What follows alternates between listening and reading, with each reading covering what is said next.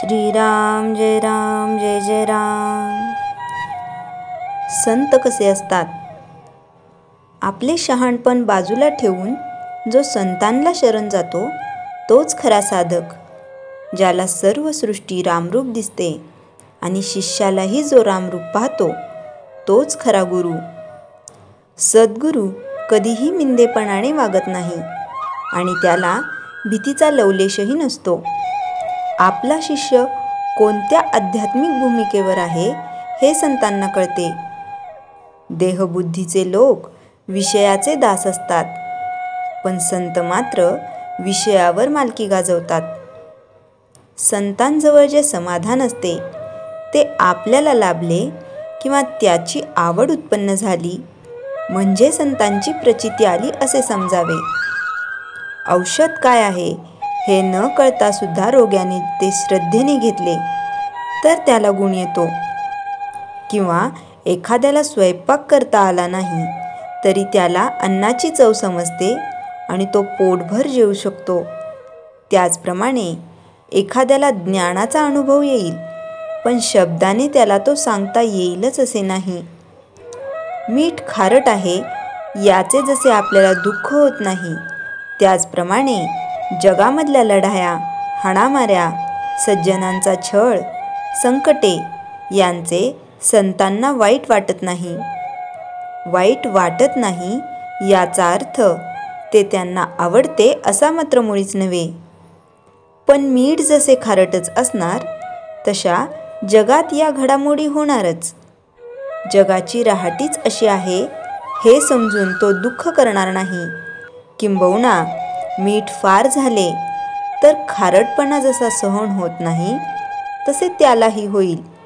इतकेच नव्हे तर त्याचा प्रयत्नही जगातले वाईट कमी करण्याकडेच असतो।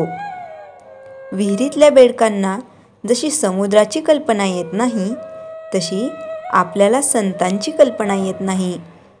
संत हे पहिल्याने आपल्यासारखेच होते, परंतु अनुसंधानाच्या मार्गावर ते वर गेले। आपल्याला संत शोधण्याची मुळीच जरूर नाही। आपली इच्छा बलवत्तर असेल तर संतच आपला शोध करीत आपल्याकडे चालत येतील। आपली भावना कशी आहे इकडे संतांचे लक्ष असते। संत हा गुप्त पोलिसासारखा आहे, तो आपल्यामध्ये आपल्यासारखा राहतो, पण आपल्याला ओळखता येत नाही। संतांना स्वतःच्या शरीरात काय चालले आहे ते सर्व दिसते, म्हणून तो रोगाची काळजी करीत नाही।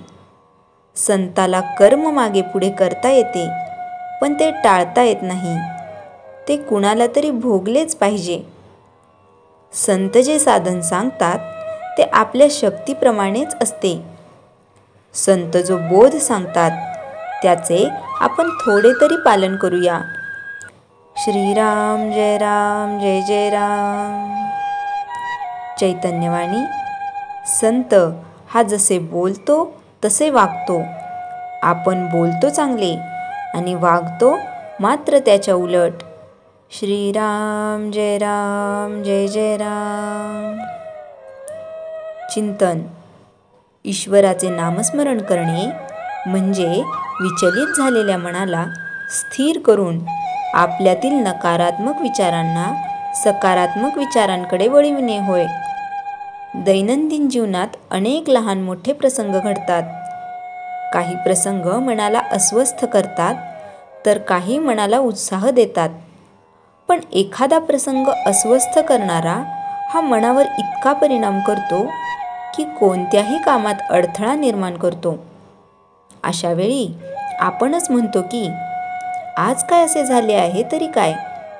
शेवटी मार्ग सापडतो तो ईश्वराच्या नामस्मरणाचा, आणि हे देखील तितकेच महत्त्वाचे आहे।